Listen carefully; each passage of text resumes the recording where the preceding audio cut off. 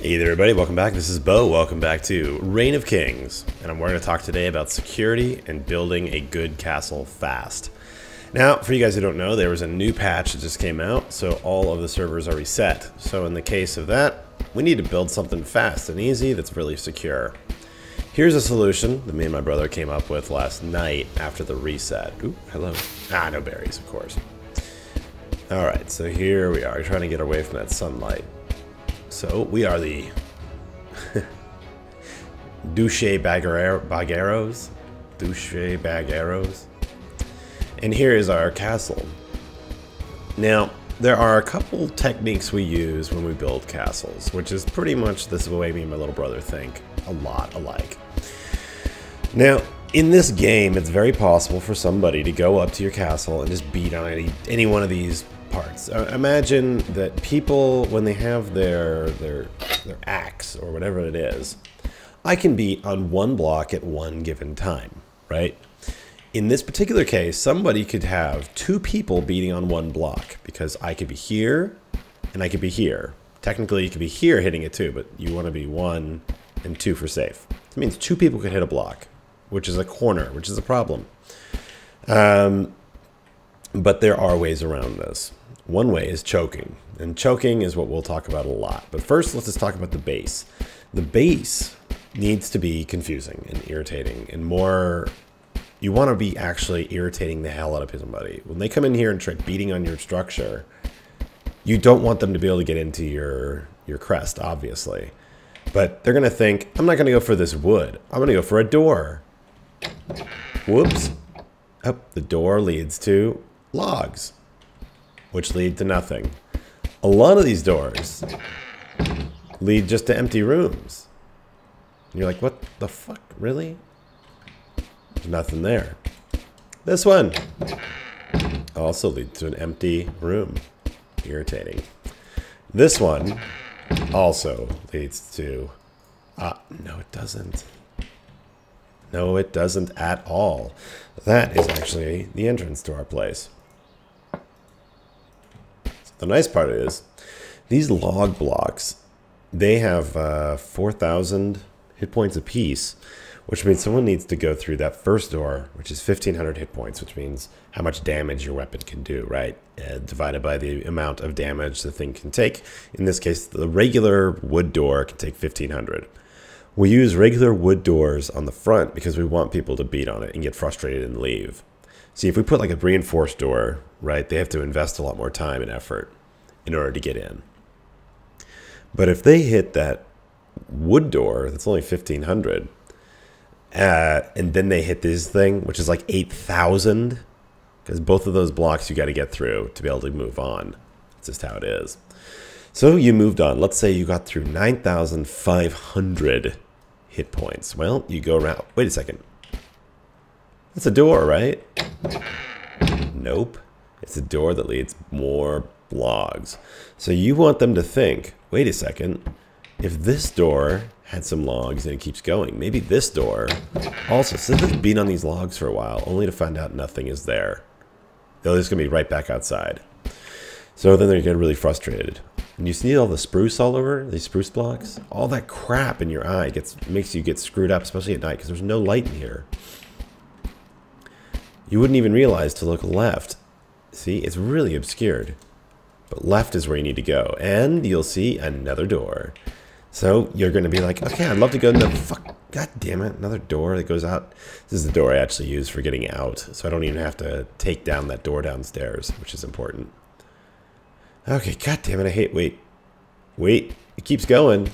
Yeah, because you want to really confuse people and just keep adding layer upon layer of the spruce. The spruce is really hard to kind of think through and look through.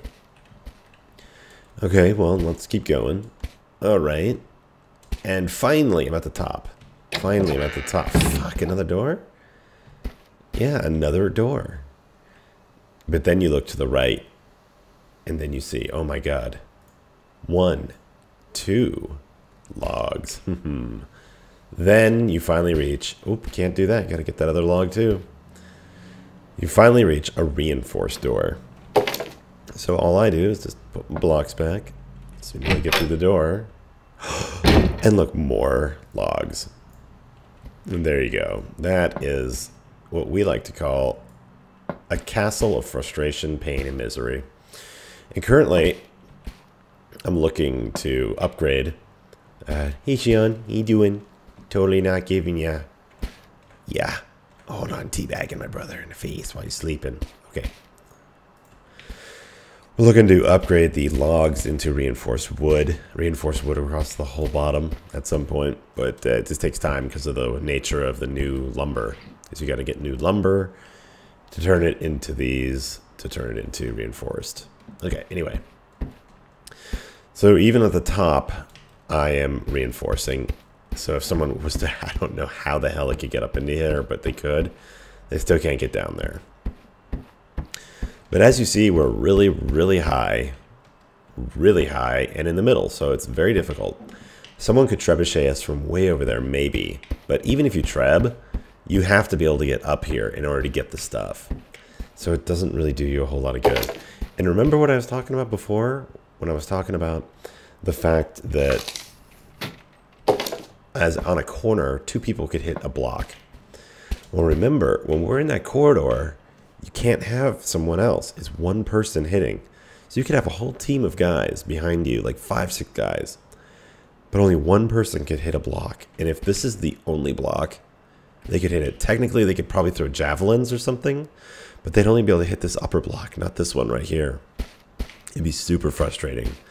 So security in Reign of Kings doesn't come down necessarily to the thickest walls and the thickest everything. A lot of it comes down to just trying to make it worth no one's time to want to go into your shit. And the higher up we are, as you see, it starts getting frustrating because you can't nerd pole up, which means like a 1-to-1, go up, go up, go up, and then jump, right? Just it's not possible because we built this thing in the middle. And as you improve the crest, it's going to have even more and more and more area. And the benefit of that is you don't have to expand the castle to make it geographically large. You make it vertically large. So by making layer upon layer like a cake. And then as you get higher and higher and higher, you put even more barriers to entry. So there might be, this is the first level. This will be the second. As soon as we get more wood, then we'll have a third, and then a fourth, and then a fifth, and then a sixth, and then a seventh. So by the time, now assume somebody really got in here, I mean, they have to invest a hell of a lot of time in order to get in. Another little feature that I have is if you notice the front door, the actual front door, this right here is the front door. So you could take a javvy and just fucking lace down there at some people. And worst case, if someone's in there beating on the front door, I remove that block right there and then just javvy him down. So that's why you keep a couple thousand wood up here at all times, because 1,000 wood, man, is that's 3,300 javelins, which is a lot. It's a lot. It's a lot of javies. It's like 600, my bad. So you could really porcupine somebody, but really this defense is not for active defense. It's a passive defense system. We don't want to have to be on here managing it all the time. And, you know, it's just the nature of this game. It's a 24/7 game. So people from all over the place are going to be like getting frustrated or trying to get in here. So the one possibility is, of course, because of all the ferns and stuff on the sides, you could beat the ferns to make a pathway up to the top, which then you run into that. So as this thing comes together, it will be more and more difficult. Obviously, it's really difficult now, but it'll be even more difficult later. Because outside the spruce, I want to wrap in wood and then wrap that. I mean, we're talking layer upon layer upon layer. So anyway, I hope that was useful for you guys. Remember, I guess if you had to break this video down into a couple bits, it would be to remember you can't move your crest more than 10 off the ground at any time, right? But you have to make it as difficult and frustrating as possible. Give somebody a small little carrot, like a small door, right? Let them beat the shit out of that door. Then when they see the 8,000 hit point damage worth of logs they gotta go through, and there's nothing there, even after they break the logs, they're just going to give up and leave. Because there's a guy over there. He doesn't defend his castle. He's going to go after there. There's guys up there that are going to defend their castle. They're not going to go over there. You know what I mean? I mean, that's what's up, is they're not going to be spending that much time. And on top of that, if it's a big server, you spend that much time beating on something and people see it, the person beating on your shit becomes a target too. So it's kind of one of those things where it's like, well, is it worth it? And generally, the answer is no. So if that was useful for you guys, let me know in the comments below. If you made it this far, put down teabag, as in what I'm doing to my brother Anarcho-Futurist right now. Hey buddy, how you doing? Oh, yes.